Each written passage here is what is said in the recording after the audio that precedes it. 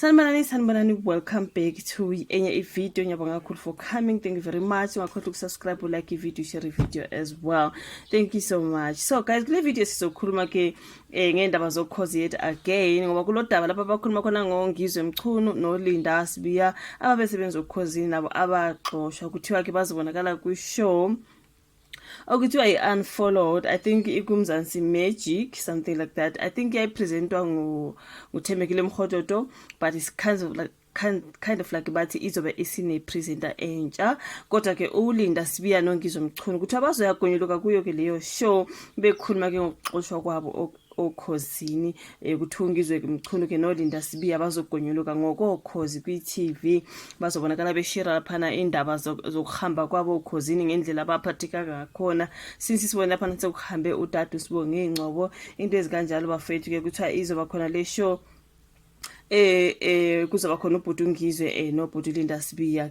So kuthiwa ke njengoba izinto zimabhedekwane nje okhosini FM istory by Charles Khuzayo kulandela ukwesula ke isigubhukane komphathi wezinhlelo uPheli Maseko Bhinqose ngenyanga edlule nomphathi Station Sibonge Ngcobo ngolesithathu ababe izilomo zalomsakazo bazohluba udlube ekhasini ngokuxoshwa kwabo uLinda Mr Magic Sibiya ke noNgizwe Zulu Chama. Okay, is he usenguNgizwe Zulu Chama. Okay, Mchunu bazogonyuluka konke ngobuhlungu ababuzwa ngendlela abaxoshwa ngayo kulesi stage kungathi kuningi okusazovela ngokhozi.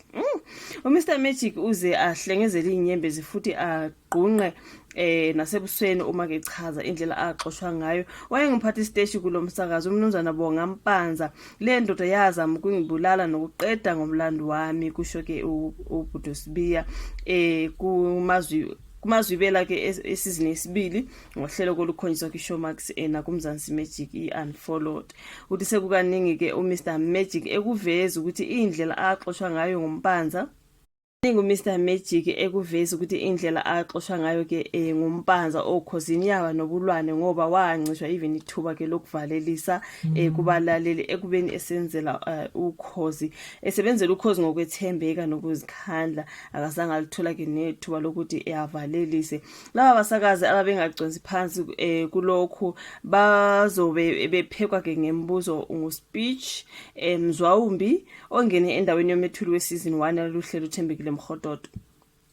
So uNgizwe ke uze akhushukele ushukela uma sexinwa ngospeech ngemibuzo kanti ke kunesiqephu lapho kuvezwa khona isigameko lapho uNgizwe ayekhwele dilika kubasebenzi basebhanoyini iFly Safair mangabe ubuka ama videos wami drama lapha naseFly. Is it Fly Safair or Fly, however you pronounce it? So ileso sehlakala ke senza uNgizwe wavala unomphela ekubekeni umcondo wakhe emabhanoyini alenkampani ngoba kucatshangela ukuphepha kwabagibeli. uNgizwe wakhonjwa indlela kulesi sikhondla somsakazo ngo-2018 emva kokusolwa ngokupotshozela imithombo yezindaba ezimfihlo zokhozi. Ijazi lagcwala umoya kuMr Magic ngo-2014 ngenxa yezinsolo ke zokuthatha uxhaso lwemali e-Edcon kodwa ke wagcina engawenzanga umcimbi ayelufunele wona. Now ke sokumlando ke ukuthi uMr Magic wagcina etholwe emsulwa inkantolo yaseGoli ebhekene namacala okukhwatshaniswa kwemali. Njengamanje kuMr Magic oseyilungu le-Economic Freedom Fighters ulingisa ke kuZalo abuye abe ngomphathi usekuzalo guys kudala ngabheke kuZalo. I didn't know that. Usekuzalo abuye abe ngomphathi wesikolo sokusakaza ke iMzansi Broadcasting Academy. Usegxile kakhulu kwi-TV njengoba ebuye ethule uhlelo lwezingxoxo umshado unzima nomnakwethu reunion kuyimoja love nakumzansi Magic. Kuthi ngagcina ubheka uZalo bafethu uNgizwe usabonakala ephethe izinhlelo emcimbini yesintu kuphela kodwa ke useke wasebenza noDr Khehlelezi kwiVuma FM.